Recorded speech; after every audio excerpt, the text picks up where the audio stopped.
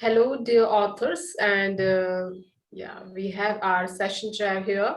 So, as we are all from different time zones, I would like to greet you all good morning, good afternoon, and good evening. It is my great pleasure to welcome you to the fifth International Conference on Smart Trends in Computing and Communications through Zoom on behalf of SMARTCOM 2021 and Global Knowledge Research Foundation. Okay, can someone mute? Okay. As every one of us is passing through unseen circumstances due to COVID-19, we wish everyone and their families a protected time, and we all will together pass this soon. We are all thankful to all present on this platform to join us digitally for the conference in these unpredictable times and make this conference more fruitful in terms of technical knowledge, and hope you will enjoy the 2 days of knowledgeful and interactive sessions. Also, I would like to welcome you to the technical session 2B and further introduce you all to the session chair for session 2B, Dr. Nilanjan De. Welcome, sir. Nilanjan Thank De, you. Dr. Nilanjan De, he is Associate Professor, Department of Computer Science and Engineering, GIS University, Kolkata.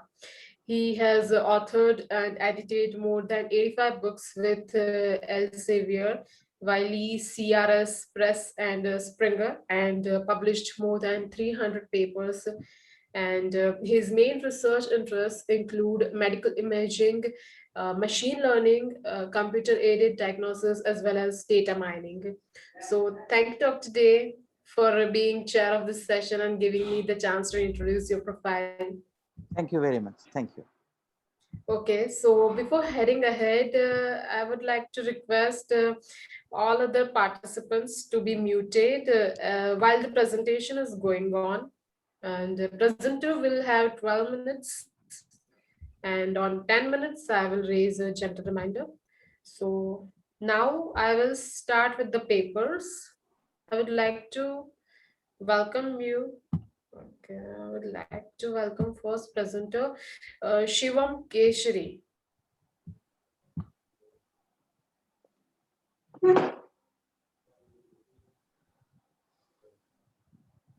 He has a paper about IoT-based personalized healthcare for elderly diabetic patients. Shivam, are you there? Yes, ma'am. Yes, ma'am. Okay, over to you. Okay, okay. Thank you,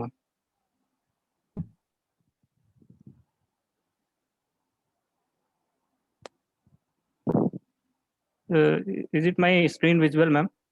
Yeah, perfect. Yes. Yes, continue. Okay, okay. Thanks.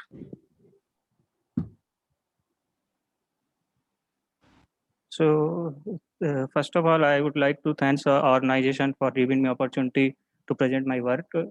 So, my work is on IoT-based personalized healthcare for elderly diabetic patients. I am from Tulasignam Academy of Research and Education, Tamil Nadu, India.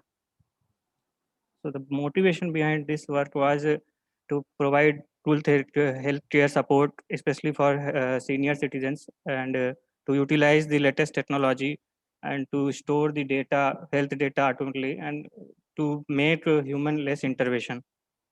And work, the main objective to design a cloud network for personalized healthcare and provide assistance in case of emergency, and the personalized vital sign monitoring, which sends the real-time patient health data remotely to the doctors and caregivers. So as I mentioned in paper, this was actually main work was to related to for diabetic patients. So here I am given some brief introduction about what diabetes. So as we know, diabetes is like blood glucose or blood sugar. When it is too high or insulin is very lack of insulin, so that situation become diabetes, where diabetes can be can be strengthened by continuously measuring blood glucose level or providing appropriate insulin level or by diet recommendation. Other than that, the main now people are researching on that to treat for diabetes theory in elderly patient is by vital sign monitoring. And here I mentioned the what is a normal range for diabetes, 80 to 1 mg per deciliter. So then here that how many types of diabetes. So in type 1 diabetes, usually caused due to autoimmune destruction of islets of pancreas of the pancreas. In type 1 diabetes, body actually no longer insulin production is there. Otherwise, no enough insulin is there. In type 2 diabetes, which is strongly associated with obesity, which results in a insulin resistance and insulin deficiency. The another many common diabetes is gestational diabetes, which occurs moments during pregnancy time and which later become as a symptoms of type 2 diabetes. So the methodology of this work was basically based on IoT, where sensor layer, gateway layer, and cloud and user interface layer is there. So in sensor layer, I use some sensors which like here I mentioned what are the sensors. So DS18B20, the temperature sensor, which is waterproof temperature sensor for body temperature measurement, and pulse oximeter, which is MAH30100 for measuring the heart rate and oxygen saturation level, which directly connected to gateway. And here gateway is used, Node MCU is used as a gateway. So this sensor are directly connected to gateway, and then the gateway is sending the data wirelessly to cloud and at the same time mobile app. So that user and even doctors and healthcare people can monitor the patient's condition real time basis. So here the hardware requirement and software. In cloud side, I use UV clouds, and in app side, I use Blink mobile app, because these are some limited free source. So I use. Then this is a real time setup for that monitoring, where I have digital temperature sensor and pulse oximeter, and the reading at the same time is there in mobile app. Then these are the readings shown can be visualized in a cloud side for doctor or their viewers. These are the serial monitor output. And then I will conclude for this same. We here this paper explains the personalized and remote healthcare monitoring using IoT technology, where sensor layer collects the data, and then sensor layer send the data to gateway, and then gateway further send the data to cloud using Wi-Fi, and vital signs patient visualization using mobile app, and then doctors can visualize patient vital signs remotely by using clouds. And these are some of the references of my work. Thank you. Okay, Shivam. Yes, sir. Yeah. What is the nobility of your work? Actually, novelty is this is a just a starting work of recently only I joined as a research scholar in college. So this is a just started work. After that, I am adding in that work to more means to take this work as a further, just to start with this wire with wires, and because these all are actually it is available not that much, but this to understand basic knowledge, I tried to do this. After that, I am trying to do that wirelessly using Wi-Fi or RSSI based. So for just to understand, I try to do that work. So, what is your future projection? Are you going for wearables something or? Yeah, no, sir. I actually at the present time, this work was I did some 2-3 months before. Presently, I did with Raspberry Pi and other things. That is also wire, but that is some other things, other technologies. But in the future, now I am going to further work on totally wireless, which is using That is Wi-Fi. fine. Means Wi-Fi is fine. And what is your tentative cost estimation? Cost estimation in this wired one will is not that much, because these sensors are not that much costly. These are cheap sensors, but in wireless one, we have to, because we have to invest somewhat router based means that we have to uh, based frequencies we have to measure. So for that we have to somewhat we have to analyze what will be cost. Now, Okay, just please, I I mean, started. work on this because it looks like a grad level project. Yes, sir. Actually, this was very not. Because That is it's why. not like looks to me as a research oriented something because it's Yes, already, sir. I mean, it's a Actually, that. Yes, sir. graduation kind of project only. Huh? Yes, sir. Okay, Yes, sir. Actually, some this certain further I things have need to to be face. there. Otherwise, I mean, why you are publishing? Yes, Okay, yes, yes. hmm. Thank you. Okay, okay. Thank you, sir.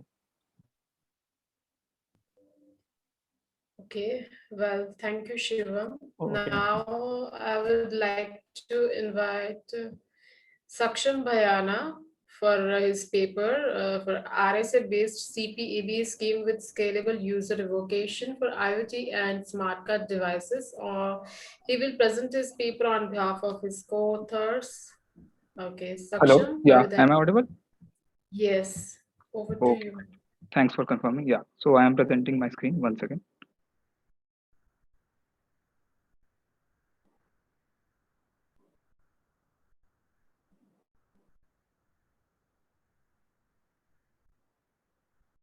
Is my screen now visible? Yes. Hello. Yeah, fine, fine. Please continue. Yeah. So good evening to everyone present here. I am Saksham Vyana, a final year student at Delhi Technological University, based out of India, and I am pursuing my bachelor's in computer science. Also, a bit about my other co-authors. So, Dr. Divyashika Setia, my mentor, is an assistant professor in Department of Computer Science and Engineering, and Ritik Agarwal and Sanchit Mehta are also final year students alongside me. So today I am going to present our work, RSA-based CPAB scheme with scalable user revocation for IoT and smart card devices. So these are the table of contents that I will be considering today. So starting with the motivation of our work. So as the technology advancement is going on, we are today surrounded by portable IoT devices, which are influencing our everyday usage, such as smart lights and smart TV in a smart home. So remote management and selective authorized access by different users to these IoT devices is essential for their effective use. So as we want uninterrupted access to valid users and also provide security against malicious users, right? So for an instance, let's say parents must be allowed to configure a smart TV and must be given uninterrupted and unlimited access, whereas children or a technician accessing the device in absence of a privileged user like a parent must have only limited access. Therefore, a role-based selective access for authorized users and revocation of malicious users is required for such devices. So for this case, CPAB is a possible solution. So basically a CPAB, that is a ciphertext policy attribute based encryption, can provide a fine-grained selective access to these portable devices. CPAB is basically the type of attribute based encryption in which a ciphertext is associated with an access policy and the user secret key is associated with the attribute. So as we can see also in the image, so basically the user can decrypt the ciphertext only if the user secret keys attribute satisfy a given access policy. And access policy can be in a kind of an extra structure. So like in this image, it is an and or kind of a access policy. So basically in CPAV scheme, the encryptor can decide which decryptor can access the ciphertext based upon the access policy. Hence, it is effective for the applications that require our selective access control. Now, let me basically contrast and compare some existing CPAB schemes. So, first of all, it originated from Bethencourt CPAB scheme, which was based out of a tree-based access structure, and in which ciphertext size and decryption computation increases with the number of attributes. So, basically, this is not suitable for the portable IoT devices. Then there were some improvements by Emura CPAB scheme, in which he introduced multi-value attribute and gate structure, in which the ciphertext size and decryption remains constant with an increase in the number of attributes. Though he tried to incorporate the revocation through an multi-authorized cloud revocation, but it requires re-encryption and redistribution of keys. And now the most recent one is the Odelu scheme that is proposed by Odelu Anga. So basically, this is an RSA-based CPAB scheme with constant size secret key and ciphertext. This is free from computationally expensive bilinear maps, and this scheme has constant encryption and decryption timings as it is relying on the RSA setup. But the disadvantage here is it lacks support for scalable revocation, and this has been currently seen to be prone to a possible security breach for the collision of keys. So now, basically, the current CPAV schemes proposed by Bethencourt are not suitable for portable IoT devices, and the thing we saw with the Emura CPAB scheme, the MNOS CPAB scheme with constant size ciphertext and secret keys. It uses bilinear pairings, which are computationally expensive. And the one we saw with the Odelu CPAB scheme, it proposed a pairing-free scheme known as CPAB CSKC scheme, which has constant encryption and decryption timings, but it lacks support for scalable revocation and is also prone to a possible security breach for the collision of keys. So now, basically, considering like revocation is must be an integral part of the CPAB scheme to secure portable IoT devices, because for such memory constrained devices, re-encryption and redistribution can be very inefficient in terms of time and cost, and it can also lead to interruption of services for the valid users, which is not required. Hence, there is a need to have a lightweight CPAB scheme which can provide constant storage, computations, and also satisfy the following requirements for the scalable revocation. That is, no prior knowledge of the revocation list. That corresponds to the security of the scheme. Then is the like the no re-encryption and no redistribution of the decryption keys that were in the MNOS Emura CPAB scheme. And then we must be able to revoke a scalable number of users to basically revoke some malicious users. And then there is the must also be independent of the ciphertext so that we have a constant size keys. Moving on to the next slide. So what we are contributing to this already established CPAB CSKC scheme. So we are proposing a novel proxy server based scheme called the RSA based CPAB scheme with scalable revocation for IoT and smart card devices. So we have acronym for this RCSR, and now I will be using this acronym for rest of my presentation. So basically, it improves the CPAB CSKC scheme for scalable revocation, and it incorporates the fix for a possible security breach, as it was in the case of Odelu. And I will be talking it in more detail in the upcoming slide. And we have also presented a quantitative performance comparison for the proposed RCSR and the CPAB CSKC scheme to show the efficiency of our RCSR scheme in terms of storage overhead and also the execution times. So there needs to be some preliminary requirements that needs to be understand before going on to the algorithm. So basically, we have used an AND gate access control structure, which comprises of attributes present in an universal attribute set.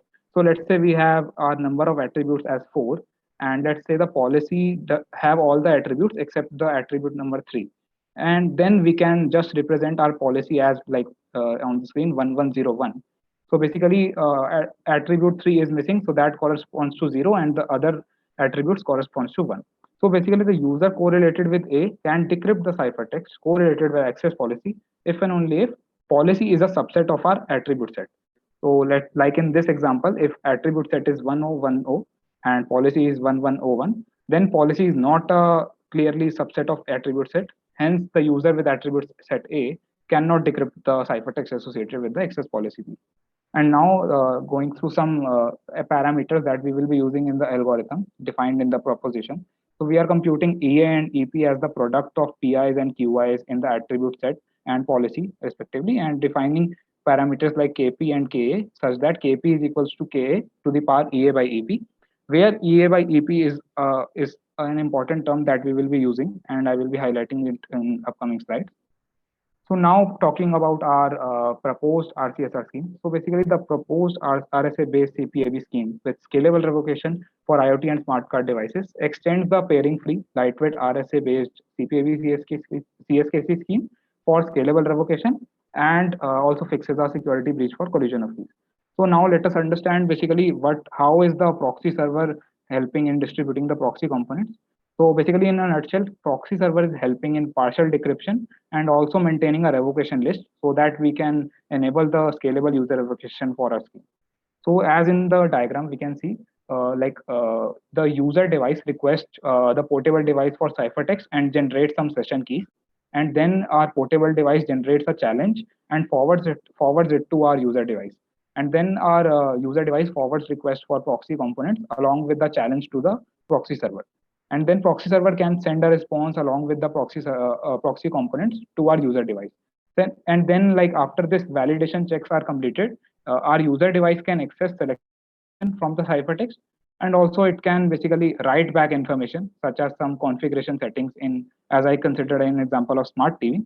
So it can write back information such as some configuration settings to our portable device. So basically our user device can't replay old proxy components to decrypt the ciphertext on our portable device. So basically, it rules out the possibility of replay attacks in this CPAB schemes. So basically, moving on to our algorithm. So first phase is the setup that relies on the RSA algorithm, and we are using a capital N variable that is equals to PQ. So basically, it revolves around the idea of RSA that it is difficult to factorize n, which is equal to product of two large prime, sufficiently large prime numbers.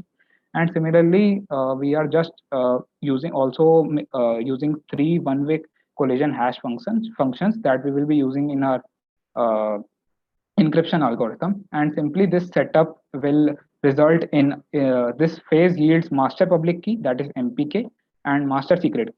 And as now I will highlight the issue for the attacks for the collision of keys. So basically we have incorporated an extra system attribute that is 0 for the policy and one for all the other users. So basically when we add 0 to the end to the start of the policy and 1 to the attribute set, so basically the policy remains the subset of A. So we are not modifying the initial condition, and then the rest of the algorithm remains the same, and we have incorporated the fix for the attack, right? So moving on to the next slide. Then is the encryption algorithm that takes our MSK, MPK, and then it takes our policy, and then it takes a message to be encrypted. And now we are just using our collision free hash functions declared in the setup method to declare some security parameters. So basically the important ones being KM and YM, and then we are outputting our ciphertext in the form of a structure which has these 6 components, right? So moving on to our Keygen algorithm. Keygen algorithm basically takes MPK and MSK and our attribute set as the input, and Sorry it to interrupt, Saksham. 2 minutes yeah. left. Okay, yeah. So like I will quickly move on to my decryption phase. So basically the proxy server requires the user secret key and revocation list so as to input to generate proxy components like CA and CUI, right? So basically if an user ID is present in revocation list, then it sets lambda1 not equals to lambda2, and otherwise if the user is gen1, we can set it equal to some equal variable. So basically, in the case of no revocation, we can just cancel out these powers because this user was not in the revocation list. So we can compare km to our initial values, and hence we can compute our message and decrypt it alongside our algorithm. And then this verifying signature helps us to eliminate the CCA attacks. And otherwise, if it was not equal to the g to the power RMDP, otherwise we can display a null message. Now moving on to the user revocation part. So basically in this case also we have like manipulated our powers because the user now exists in the revocation list, and now it will not come to the initial value. So it basically lambda1 does not cancels out lambda2, and hence we are not able to obtain the message m. So we will just show an error message here. So now moving on to the performance analysis. Firstly, in the terms of computation overhead.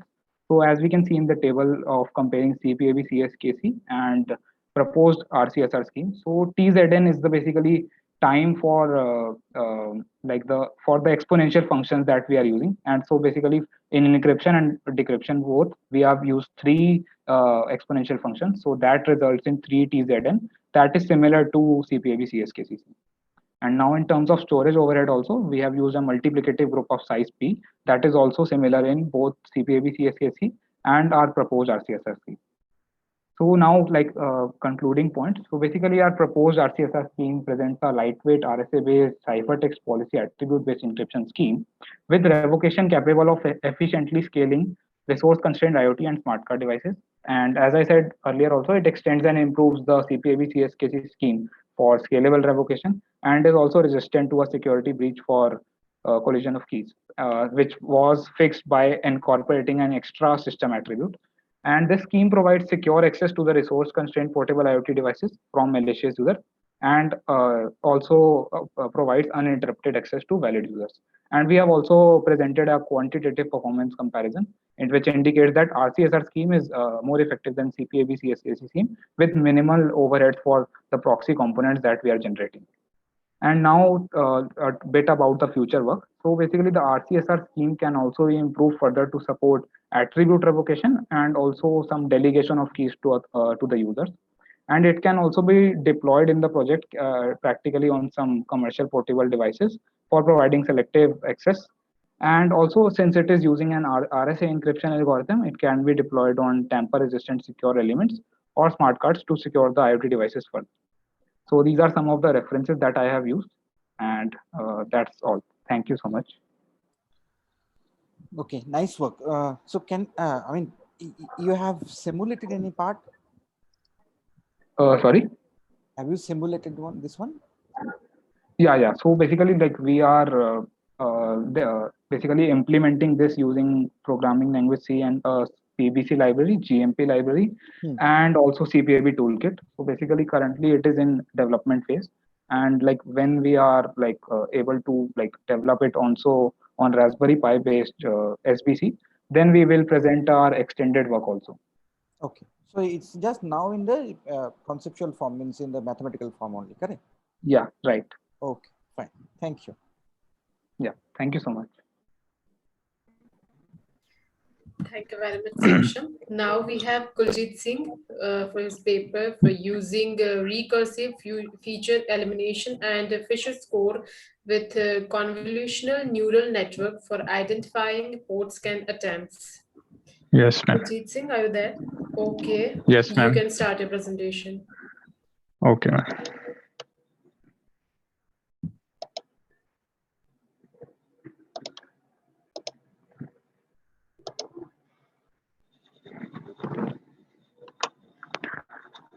Is my screen visible? Yes. Okay. Good morning, afternoon, and every evening to everyone, wherever you are. Myself, Kuljit Singh, and I'm here to present the presentation on the topic using recursive feature elimination and Fisher score with convolutional neural network for identifying port scan attempts. These are the outline of my presentation. And starting with the abstract, in this paper, detecting port scan attempts is of vital importance to prevent attackers from gaining sensitive information about the network. Here in this paper, we have done the classification of the port scan attempts in the CIDS 2017 dataset. And this has been done using the deep learning model.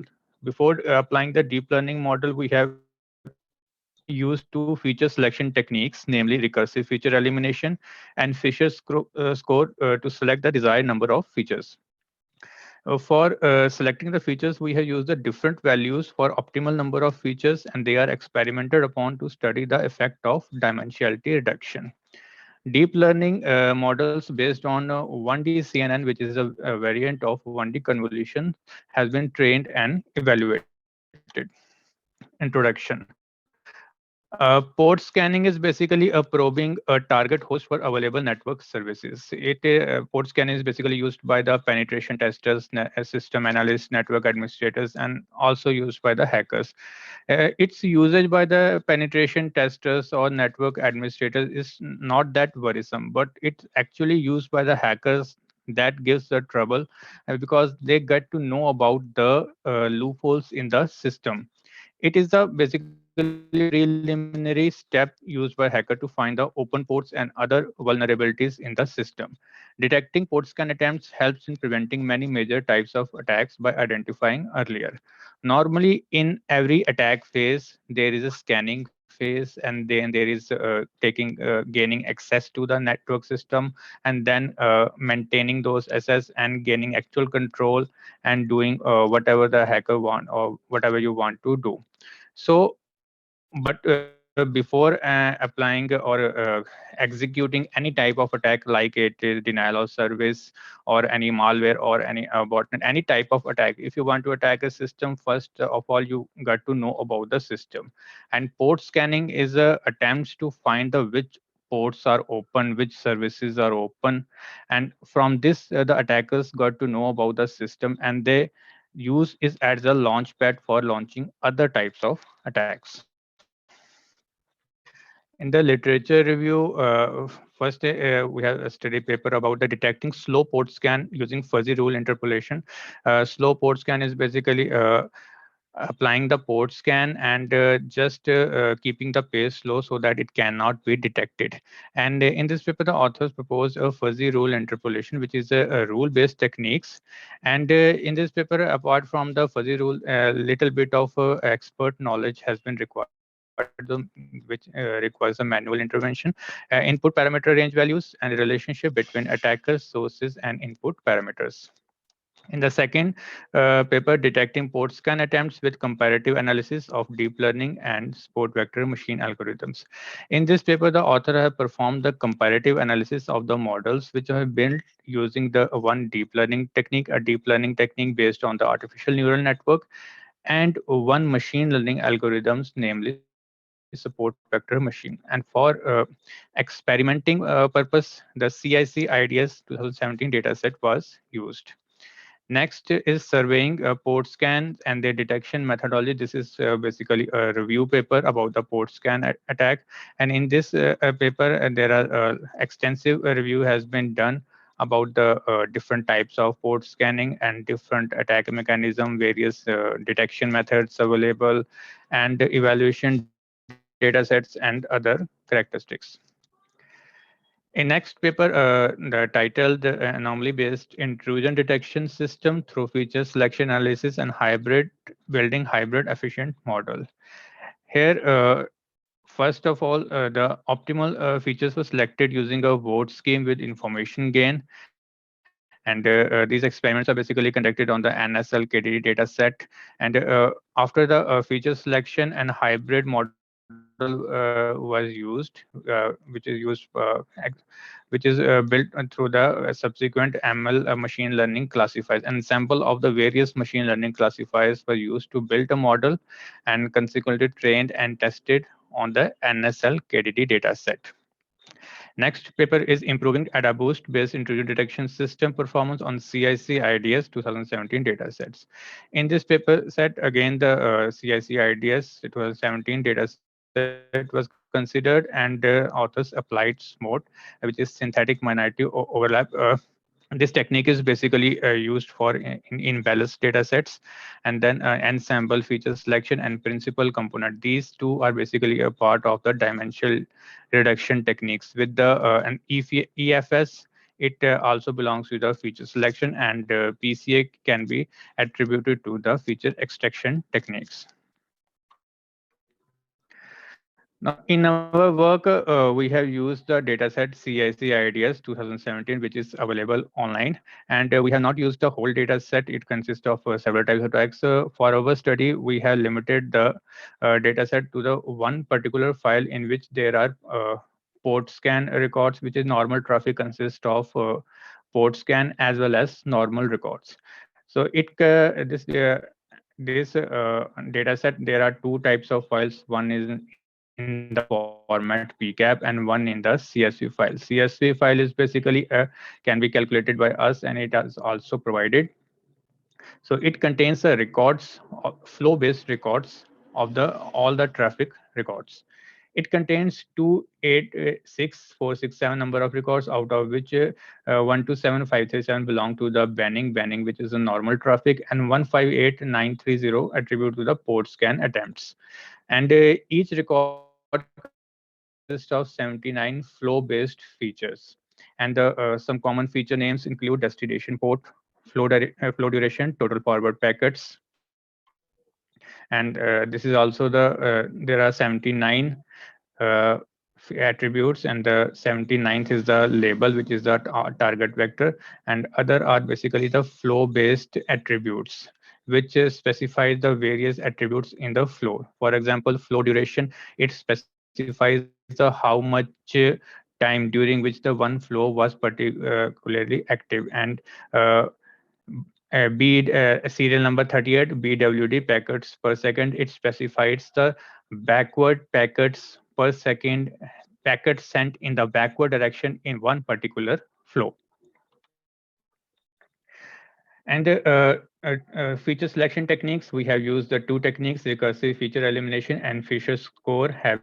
been used. There are lots of feature selection techniques we have zeroed in these tools, because these two belong to the different categories. RFE belongs to the wrapper-based feature selection, and the Fisher score, it belongs to the category of filter-based approach. In filter-based approach, particular ranking or particular univariate or multivariate, they have done this particular statistical operation has been performed on the each attribute, and based on that score the ranking has been done. In this case, Fisher score, it works by calculating each attribute's Fisher score, and then ranking and selecting the best. In RFE is basically a wrapper. A wrapper means any machine learning classifier is basically wrapped with the any filter based approach, and they have and then the particular accuracy has been calculated, and in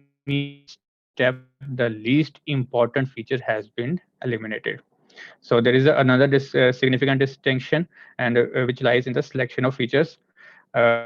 Fisher score works by eliminating the best features from the top, and RFE functions by eliminating the least effective ones.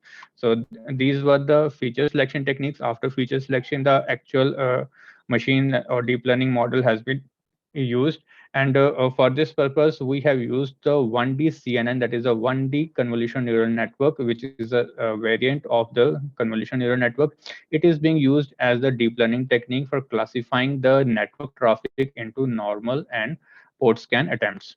The significant distinction between the 1D CNN and 2D CNN is basically in the filters, the shape and the filters. In 2D CNN, we have the both the image and the filters are there in the two-dimensional form. But here, both the input shape and filters in the convolution process is one-dimensional, and our CNN model consists of input layer, convolutional layers, dropout, followed by fully connected and output layers in the endpoint. And ReLU and softmax are the activation functions which are used in convolution and dense or fully connected layers, respectively. This is the methodology of our overall process.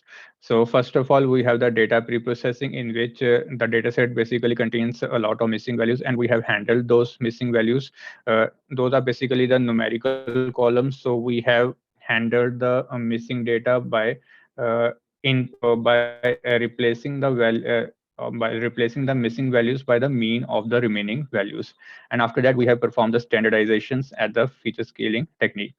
Then dataset has been partitioned into 80-20 training testing sets, and then features RFE and Fisher score are used, and then one different values for optimal number of features are experimented. Then 1D CNNs being trained on these instances, and comparative analysis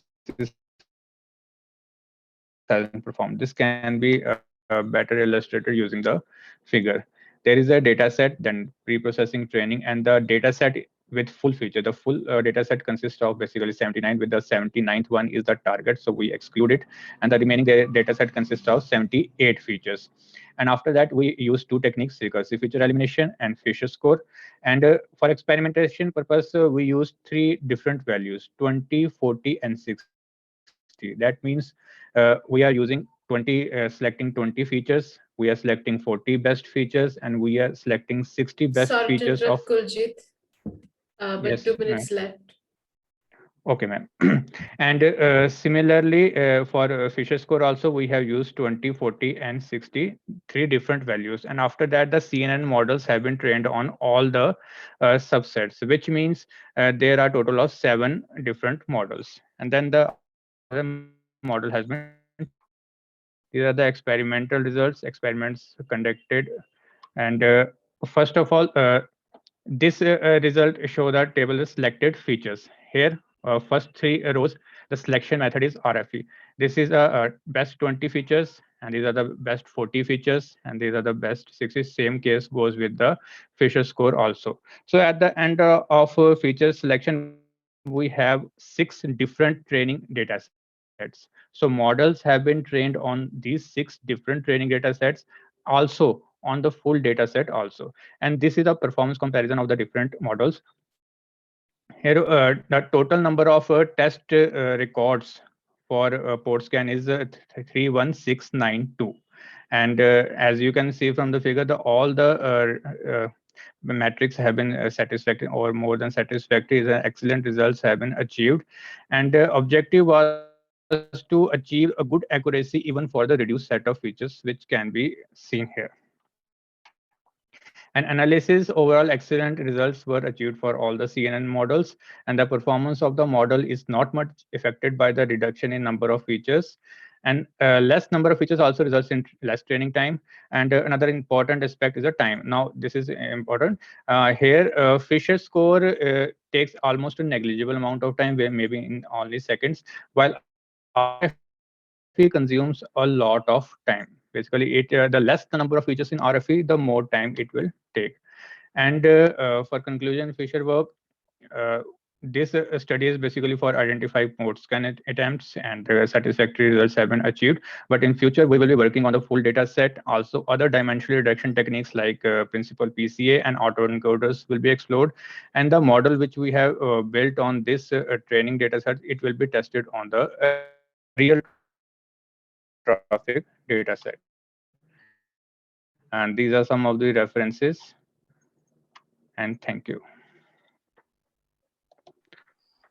Thank you, Kuljit. Yes, In the sir. accuracy table, I mean, true negative is Yes. not there. So it is intentionally Yes, or? sir. No, sir. I can also display. I just not displayed it because those belong to the normal traffic. Okay. When I perform the testing, it also there are the true negatives. True negatives are there also. So just for the sake, I think that is not required. We are talking only about the attack, only over So the port have scan. you shown the ROC curve in the paper? No, sir. Means AUC or not reported area under curve? No, sir. That is not reported. Okay. And another thing is, I mean, what about the, I mean, your data cleaning process? Because I think there are lots of data which will be, I mean, odd man in the system. So have you used any data cleaning process? I think pre-processing step was there, correct? Yes, sir. So in data preprocessing, data set usually contains a lot of missing values. So That is this fine. data set is basic. Yes, sir. What technique Sir, you have used for this? sir, there are attributes are numerical. So I have used the mean, or I have also chosen the median. The missing value is replaced by the mean of the remaining values of that Median particular substitution. column. Median Yes, substitution. sir. Okay, and the Yes, sir. standardization, how you normalize? Sir, standardize, sir, so that the all the values have been the zero or mean. So No, no, the that is fine. particular, I'm saying the normalization, what technique you used? sir, standard so I Standardization means you where have there are normalized. the no, so normalization is about between 0 to any particular standardization. I have basically used so that it has a zero mean and unit variance. Okay. So range set. Okay, Zero. fine. Thank you. Yes, sir. Hmm. Thank you, sir. Okay.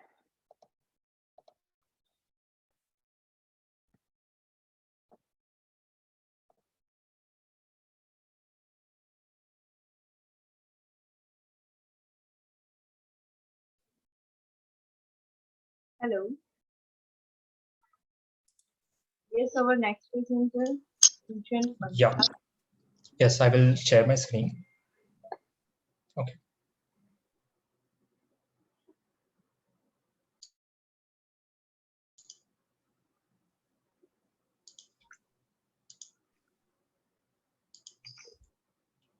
Let me know once my screen is visible.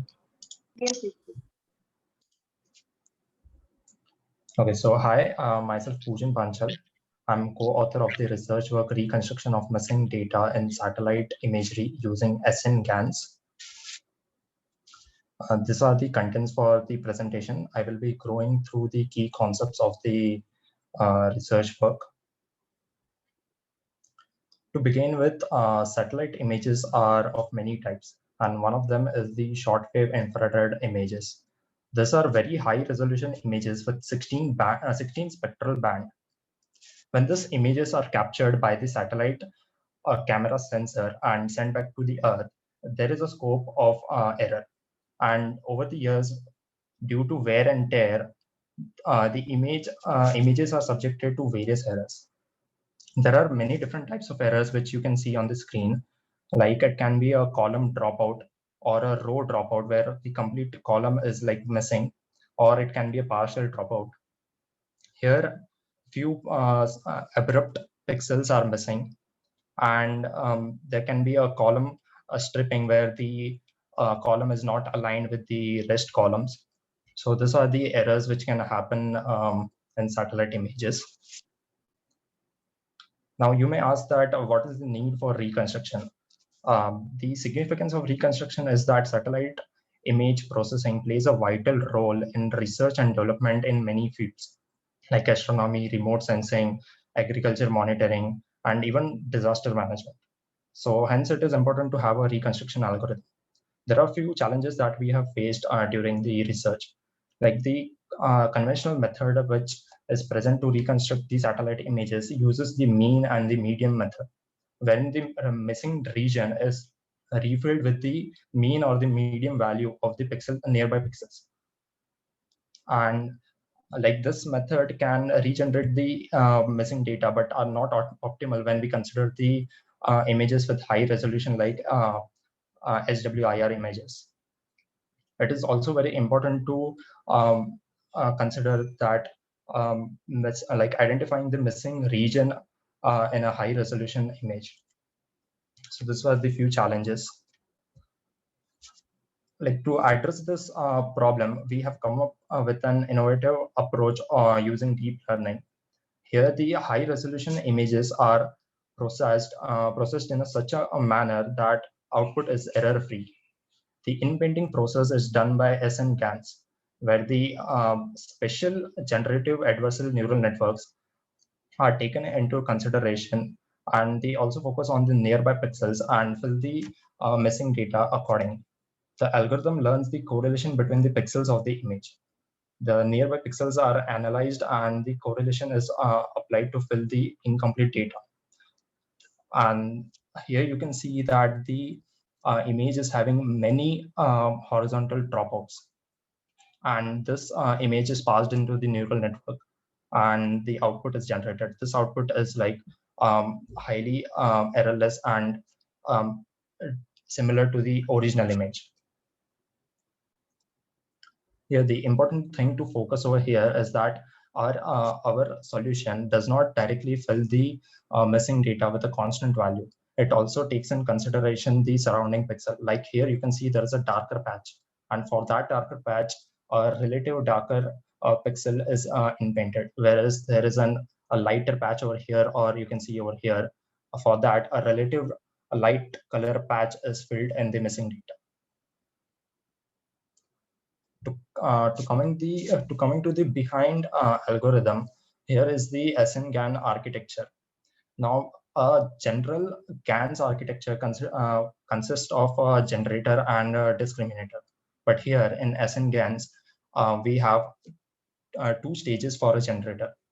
In the first stage, there is a normal feed-forward neural network with dilated convolutional layers, which means when an input image with the missing data is fed, the first stage fills the missing data with a rough reconstruction pixels. Like here, you can see the output of the stage one is not exactly what we want.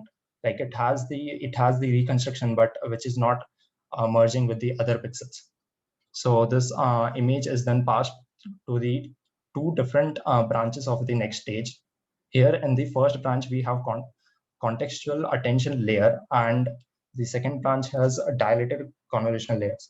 So basically, the objective of this stage is to correlate the nearby pixels and merge the missing data with the other pixels. The output from the both the branches is fed into a discriminator, and that discriminator is a traditional one, and it gives out a final output, which is completely reconstructed. Here, the dataset that we have used is the DSTL dataset, and for testing, we have testing and training, we have used the dataset given by the ISRO. Also, now moving on to the result and the output, we have considered many different types of images. This all images are 16-bit high resolution images, and for the demonstration purposes, we have downgraded it to the 8-bit to represent in the PPT. Here you can see that the input images are of different types. Like the first image has vertical errors with high frequency of error, and the error present over here has less width, whereas here the error are horizontal, as well as the frequency is less, number of errors are less, but each error has high width pixels. And the third image is the size of the third image is very large as compared to the input size of sample 1 and 2. Here in the output and the original, you can see that for the first sample, even a naked eye, a human cannot distinguish between the regenerated part and the original image. This is because the algorithm has very less data to fill, and that filling is not distinguishable. Whereas in the second sample, where the missing area is wider, you can see that there is a difference between the output and the original. You can see the missing data filling. Now, moving on to the performance of the model, we have considered 3 matrices. We have considered SSIM, which is structural similarity index measure, which actually measures the similarity between 2 images. And second is the PSNR measure, which is peak signal to noise ratio, which tells us the quality of the image. And the last one is mean squared error. So here, this table is generated based on the images shown in the previous slide, which is this. And here you can see the sample 1 and 2 has the similar size, and that is comparatively smaller than the sample 3. Now, here the key point to focus is that the SSIM index, the original versus input column, shows us the how much data was missing in the input and the original. Whereas the output versus original column shows us that how much data was reconstructed. And here the SSIM index went from 0.92 for sample 1 to 0.99. We can say that the reconstruction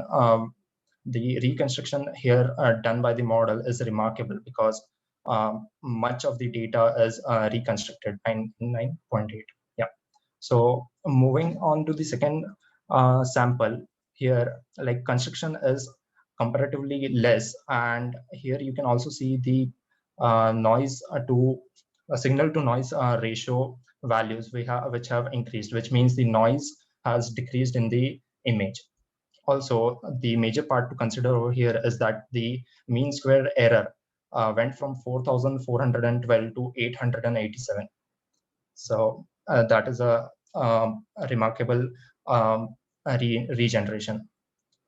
Now for sample 3, when we are having a size, a very large size, high resolution image, there are way too many errors as compared to the other images. And that is why the SSIM for the input and the original is 0.85. But after reconstruction, the SSIM index for the output image has gone up to 0.99, which is a very high amount of data is regenerated accurately for a very big high resolution image. In conclusion, this paper presents a learning-based approach to regenerate the missing data in an satellite image by considering the surrounding pixels. This model has the capability to produce a lossless regenerated image for missing data for a 16-bit SWIR image without downgrading it completely. The conventional methods which are present are usually downgrade the 16-bit image to the 8-bit image and then reconstruct it. The result matrix used over here are SSIM, PSNR, and MSA, which shows the remarkable performance achieved by the deep learning approach in the field of satellite imagery. The future scope for this research work is that we can apply the similar image reconstruction technology and different kinds of satellite errors like pixel burst and column stripping. Also, we can modify the neural network architecture for reconstruction on a color image. We can also focus on different types of satellite imagery like visible and water vapor imagery. These are the few references. Thank you. Okay, Poojan, thank you. Can you go to the result slide? Yeah, sure. Please.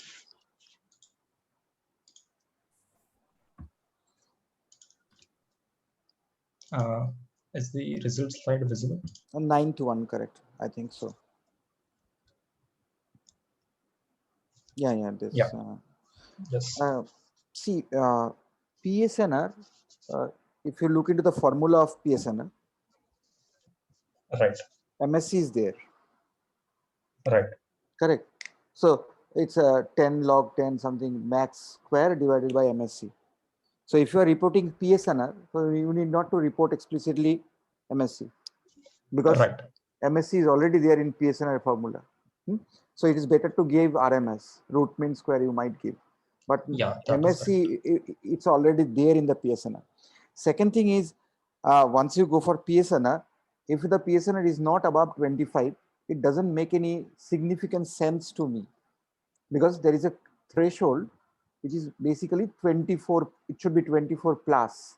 Otherwise, PSNR reporting doesn't make any that much of sense. You can explore, I mean, through internet. Okay, right.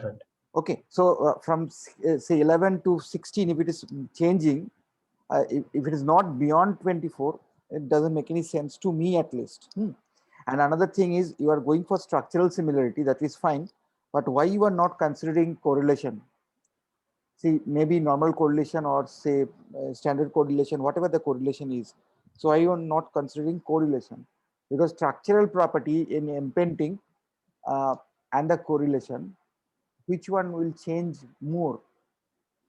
Right. The structural property or the correlation one? So just explore one time this one. Yeah. In our future scope, so these measures, these parameters, you just one time go through. Means what are the things you should put there in the table? So is it MS or is it the PSNR or RMS or SSIM or COR2, whatever? Right. Okay. And I mean, depending upon the size, if you look into the size, if you change go for the higher dimension, see the PSNR changes. It's 16.2 to 16.6. Right. So if you increase more this dimension, it might happen that there will be, I mean, not further improvement, or might be the initial value will be higher. So that thing you also take care, because if you are increasing the dimension to n, then it might happen the PSNR will not improve. Right, that is correct. Okay, so this thing you actually study. And lastly, what is the full form of your SN in GAN? Here, you mean SN GANs? Means, what is SN? Spectral normalization for the same meaning. Yes. Spectral normalization is the same thing. Okay, right. fine. Thank you. Okay, we will definitely go through the just go through the result section. These what are the factors you will consider? Yes. Thank you so much for your reviews. Thank you. Thank you so much, Poojan. About a novel optimized search algorithm for nuclear cell detection in histopathology breast cancer images. Rajesh, are you there? I think so. Neelam, Rajesh is not there, so we can go ahead with last presentation of Pranjali. Yes, sure, sir. Okay, we have a Pranjali Deshpande. Yeah, hello. Her paper about survey on statistical approaches for abstractive summarization of low resource language documents. You can start your presentation now, Pranjali. Yeah, just a minute.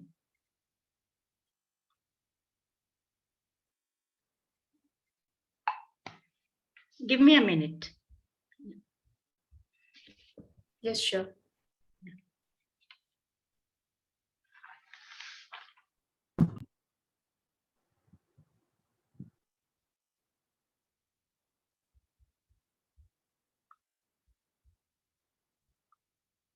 Okay, is my screen visible? Please continue, please. Yeah.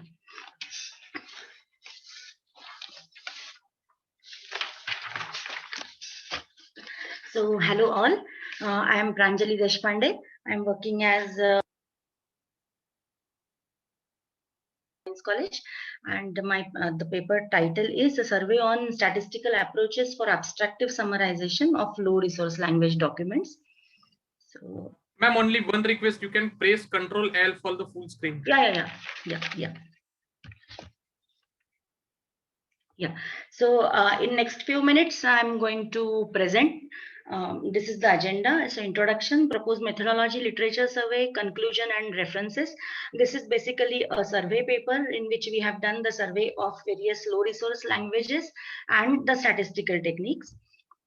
So first of all, introduction. So humans have unique ability to express themselves using different modes of communication like oral, written, images and many more. So among these, the oral and written communication are the most popular modes of communication, and written communication is advantageous as it preserves the information manually as well as electronically. And we know that people express their ideas well in their mother tongue. So as we can see on the screen, there are almost 7K world languages which exist. Though English has the greatest internet presence, but it is not the most spoken language in the world. On the contrary, Indo-Aryan languages like Marathi, Hindi and Kannada are originated from Sanskrit. They does not have significant internet presence. So all such languages, they are now known as low resource languages. So now the next part is about summarization. Any text document, it is formed by the sentences which represent the crux of that document, plus the supportive sentences which are present in that. So summary, it is a piece of text produced from one or more text documents, comprised of significant portion of the information in original text and of size no longer than half of the original text. Now summarization can be done by two ways, extractive and abstractive.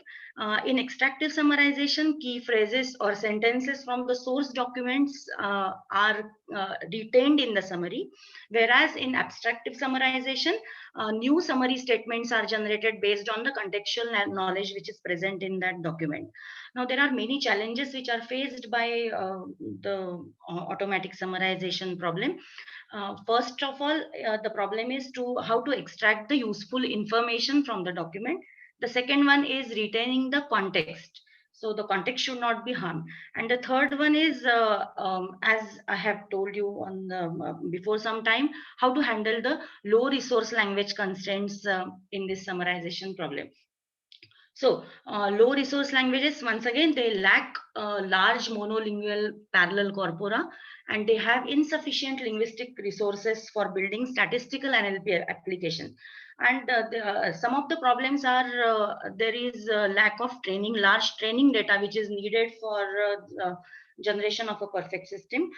Some languages, they don't have even online presence.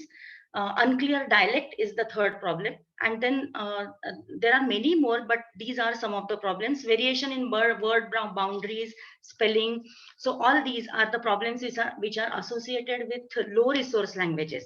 So together, summarization of low resource languages, it is a difficult task when it comes to natural language processing. So in this survey, we have tried to understand the various constraints of low resource languages, and then we have studied the statistical techniques to handle all those constraints and to generate the summary. So this is the proposed methodology which we have designed. There are 5 broad modules: pre-processing, then building semantic relations, extractive summarization, summary generation, then abstractive summary generation, and then testing and evaluation. And we have done a literature survey keeping in mind these 5 modules. And as I said, we have focused on 2 parts. First is understanding the language constraints. So many languages we have considered through various papers, whatever researchers have developed the systems about. So now I'm going to present the literature survey based on all these modules. So first module is a pre-processing module. We have considered 4 languages. No, I am presenting 4 languages for this: Marathi, Japanese, English, and German. So in the first paper, actually, low resource news documents are considered for training, and student feedback documents are also considered 10, which are in tens or thousands. So first, human summaries are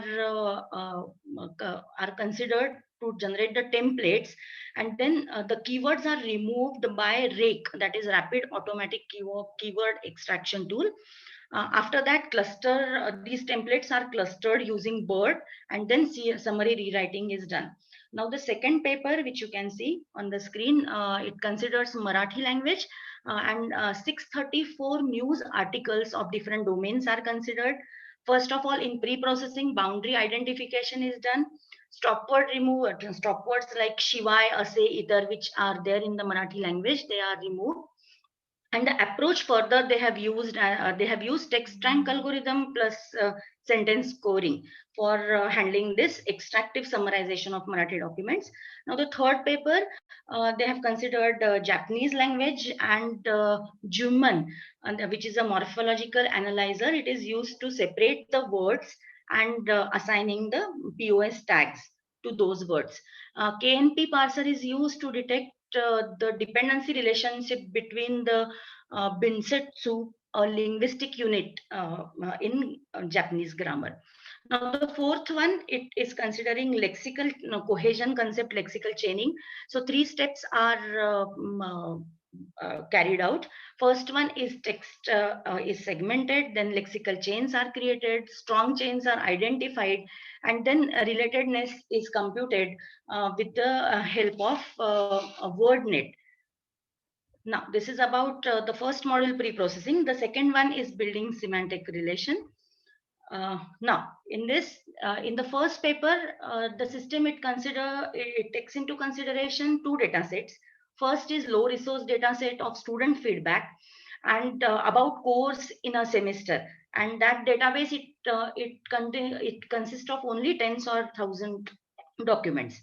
Now for training, news data set is used, which is of size 300 to 700K documents, and it is structured in nature. The first data, it is not, it may contain grammatical mistakes.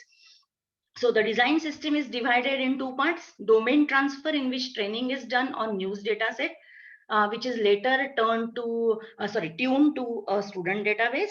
And then second part is template based synthesis method. Now the documents or human summaries are converted to templates by removing the keywords, and then these templates are converted to embeddings using BERT and then further clustered. Now in the second paper, the system is designed for limited or no training data, so zero-shot learning is done. The concept is to encode the key properties described in the sentences for statistical learning. So for example, if a set of some important emails are there. So if the subject cell in the email, it states urgent or most emails from a person if you are getting, then for all such data, the classification is done, and these important emails are generated as output. Binary classification of these important emails are done. Now, for this, the natural language descriptions are mapped to quantitative constraints, and the probabilities are assigned to common linguistic quantifiers. So, for example, we can say important the mails which are replied, they may be assigned the probability of 0.7. Like that, the probabilities are assigned. Now, in the third paper, the system, it works on news data set, and the sentences are separated in the form of semantic triplets. So each triplet is having a structure argument, predicate, and argument 2. So for example, consider the sentence: Donald Trump fired FBI director to stop the investigation. So in this, Donald Trump is argument, then predicate is fired, and the second argument is FBI director. The second sentence may be Democrats said, and the second argument. Then third sentence may be Donald Trump fired FBI director, the White House said. Okay, in this now what we can observe, T1 and T3 sentences, they are more similar. They have argument 1 same as Donald Trump. They have predicate same as fired, but they have second argument different, so they can be fused in a graph-like structure. So in this, the main steps which are involved are word to vec for generation of word embeddings, then enhancing the word vectors by principal component analysis, and then k-means clustering is done to create the cluster of the similar triplets. Now in the fourth paper, generation of summary, it is once again based on lexical chaining. So WordNet is used, part of speech tagger and shallow parser is used. Now 3 types of relations are established: extra strong chains, and medium strong chains. So the chains are generated based on the words which are coming in, and then afterwards the relatedness is calculated, and the correlation is calculated, and the strong and the medium and the extra strong chains are found out. Now the next module is extracting nucleus of the document, that is nothing but the extractive summarizer. So in this case, the first paper, iterative data segmentation approach is used. Now in this, the synthetic data with real summarization data of German language is used. The technique of transformer model is used, which is based on encoder or decoder architecture. German Wikidata is used as real data, and synthetic data is a common crawl data. Synthetic data is used to increase the size of data, and then 3 settings are considered: transformer model using real data training, transformer model using real and synthetic data in 1:1 fashion, and after training the system with real plus synthetic data, which is used to generate the synthetic data, regenerate the synthetic data for the final system. Now the second paper, it focuses on the triplets, which we were discussing in the last section also. So after finding the semantic triplets or the patterns, the fusion graph is created, and for each word node is added, and then consecutive words are linked with the directed edges. So one path corresponds to one sentence, and the paths are ranked based on 2 criteria, based on grammar, and second one is based on triplet coverage. The node degree is also contributes in this, which means total number of incoming and outgoing edges. And now the third paper, it focuses, it takes into account the WordNet methodology. WordNet it is used to understand the links between different parts of document, and the main idea is WordNet graph is used for retrieving the idea of the document or crux of the document. First, the global view of document is obtained in 5 steps. Then first pre-processing is done. All the words and collocations are marked in WordNet graph, and synsets which are reachable are also marked. In the next step, the synsets or meanings are ranked based on their relevance in the text. In the next step, vector R is constructed containing the entry corresponding to each node in the graph. And then next, matrix M is constructed with M rows and n number of sentences in n columns of the nodes. Okay, and the methodology which they have applied is principal component analysis.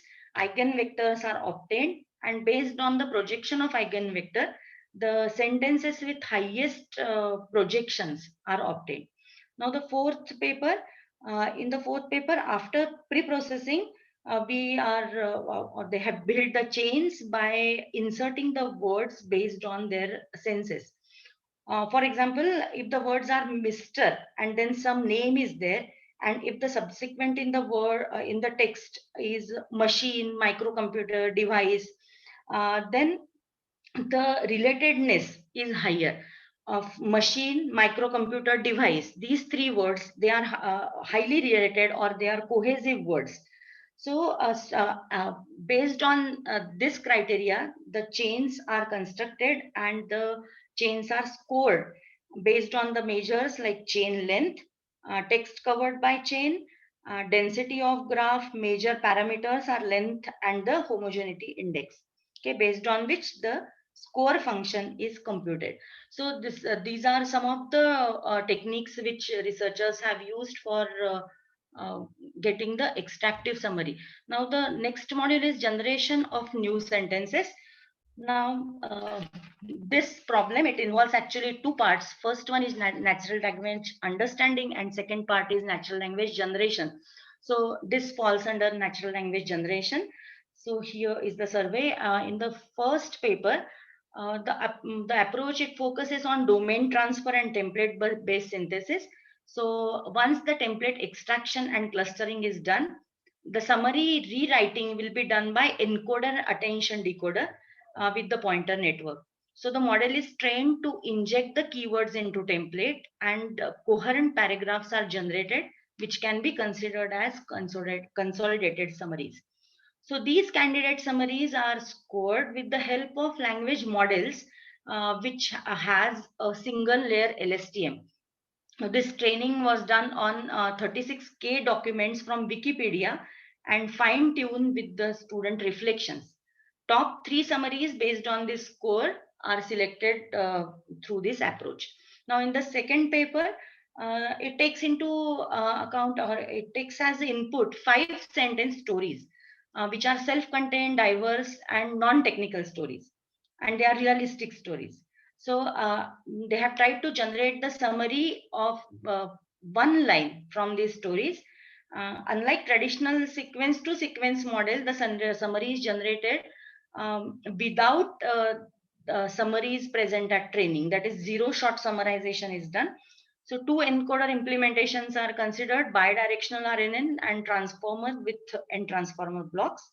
Parameter Z is derived from the output of the representation of first token, and then 2 encoder implementations are considered by using RNN and transformer. Now the third one, the summary is generated not from the sentences, but from the abstract representation of the source document. So for this, the concept of information items, that is INIT, is proposed, which is smallest element of coherent information in the sentence or text. So semantic role labeling and predicate logic analysis technique is used for this. In the second step, from the list of information items, frequency-based model is applied for selection of candidate INIT instead of selection of the sentence. So next step is sentence generation. So the information items are in form of subject, verb, object, triplet, and then the Last noun. 2 minutes, ma'am, you can conclude it. Oh, okay. Okay, so the last one is testing and evaluation. Mostly from the survey, we came to know that the testing involves majorly the human summaries. So the parameters need to be set for the correct for guessing the for judging the accuracy and efficiency of the summaries which are generated. So with this I conclude. So low resource languages, they have lesser internet presence and are morphologically complex. So linguistic aspects and unavailability of resources are the challenges. Then choosing a suitable approach and tools is a crucial decision in order to achieve efficient result. So the paper focuses on hybrid approach to exploit the functionalities of both extractive and abstractive summarization of low resource language documents.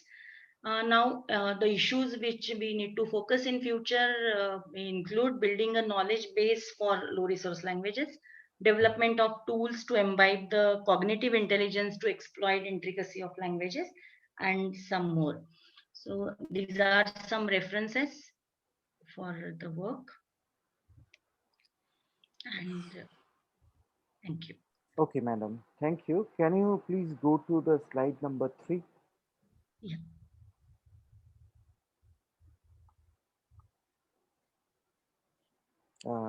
No, before that, sorry. Slide 2. Okay. Then slide 1. Where is the TOC? Yes. So, introduction, proposed methodology, literature survey. Yeah. Is the sequence is correct? No, actually, sir, actually, we have done literature survey first, but while doing literature survey, what there are two parts. So first, we have focused on all the proposed methodology means the methodology which is proposed by you or your team. Yeah. Proposed methodology by us. There is nothing proposed methodology because it's a survey paper as per you. Yeah. But sir, actually what we have done, we have structured the survey based on the methodology which we have proposed. That's why I have written it like that. So this terminology is not correct. Okay.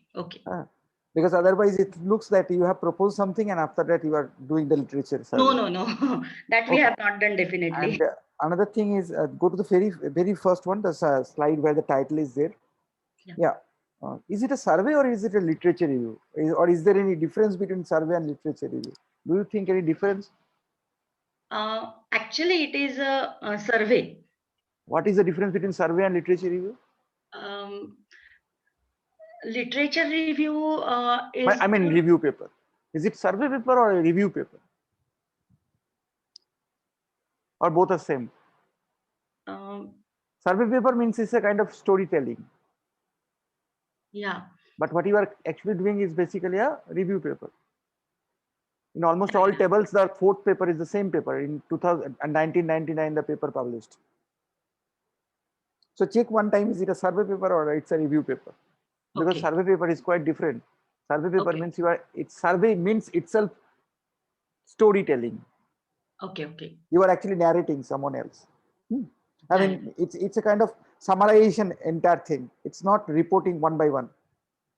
So is it a review paper or a survey paper or a brief? What are the different categories?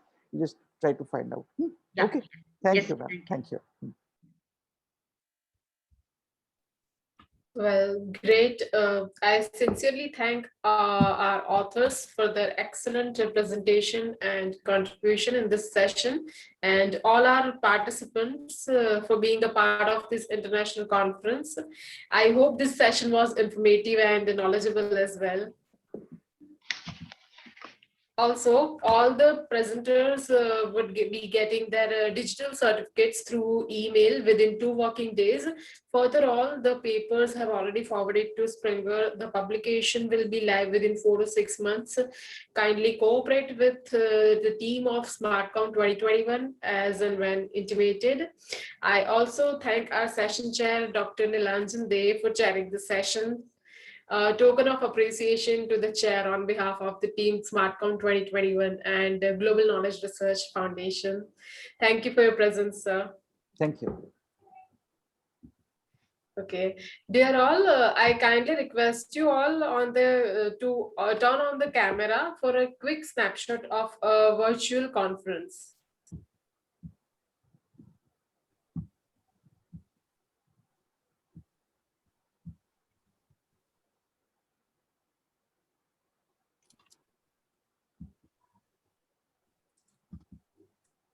Okay, Poojan, Shivam, Swaraj, can you please turn on your camera? That's fine, Neelam. Yeah, sure. No problem. Thank you, Dr. De. Good Thank night. you, sir. Good night all. Good night. Yeah, good Yeah. night. Good night. Stay Thank safe. you. Thank you. Excuse me.